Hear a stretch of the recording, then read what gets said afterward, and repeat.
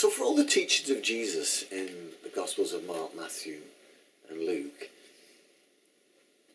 in every case, the centerpiece in a strange way, in a heartbreaking way, of the story of Jesus is the death, the passion and death, the suffering and death of Jesus, and then his resurrection.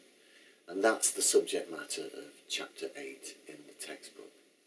Now, what's happening here is that we said that the kingdom involved thinking differently.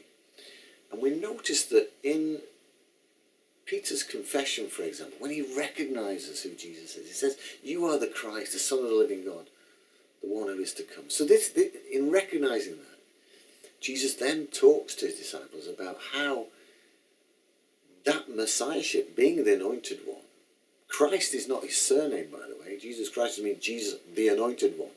It means Jesus, the Messiah.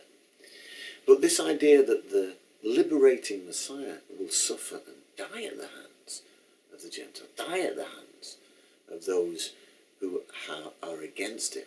This is the mind-boggling thing that the disciples can't cope with. So it's no surprise that the Gospels take time out to see that unfold and the way it does unfold and the symbolism that's part of the picture of Christ's death, which is connected most clearly to the sacrifice of the Passover lamb.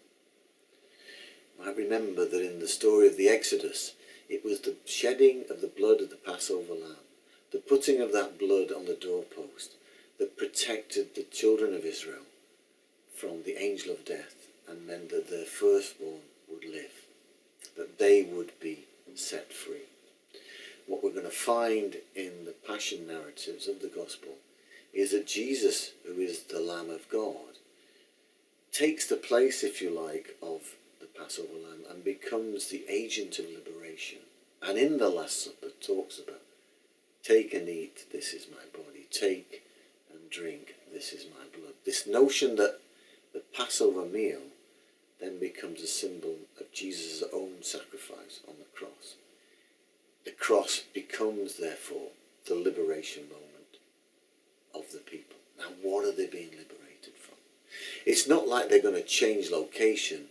It's that they're liberated from the estrangement of sin, that their distance from God is ended, that their reconciliation with the Father is complete, that their belonging as children of the Abba, the Dada, the God who loves them, that is effected by Jesus doing the sacrifice, doing the reconciling sacrifice of Calvary.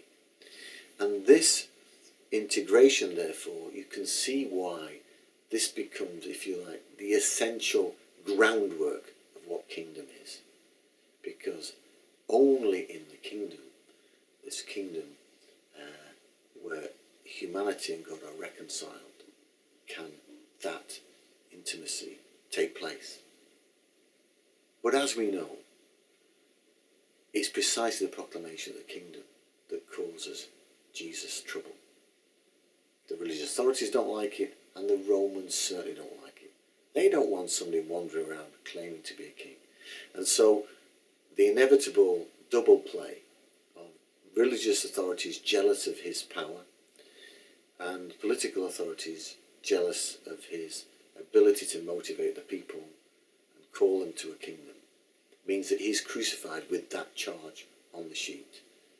Jesus of Nazareth, King of the Jews. That's what he's crucified for. But it's not a kingdom that will be recognized by the imperial powers. And it's not a life recognizable as insurgency in the violent sense. It's a life lived in obedience to the Father.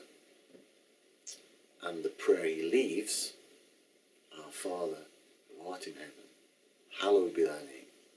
Thy kingdom come. Thy will be done on earth as it is in heaven," is, if you like, the manifesto of the Jesus movement. But it doesn't end there.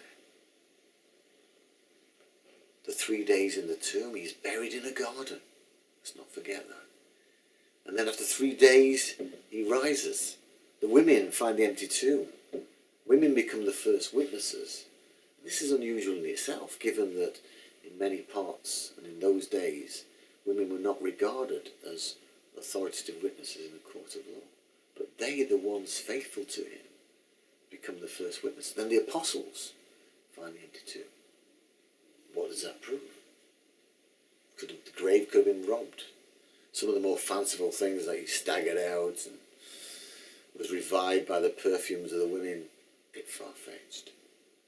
The point is that these people gave their lives for the truth of the resurrection. And even if we had a video of it, it wouldn't tell us anything. We might see the tomb, a lightning bolt, etc., etc. But what would that prove?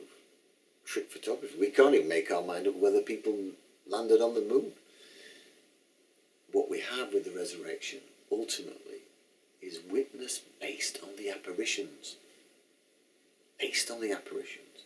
That Jesus appeared to the disciples, revealed as risen from the dead, and they believed on that truth and carried that truth forward as the good news that the reconciling Jesus, the Messiah, is King, Lord of life and death.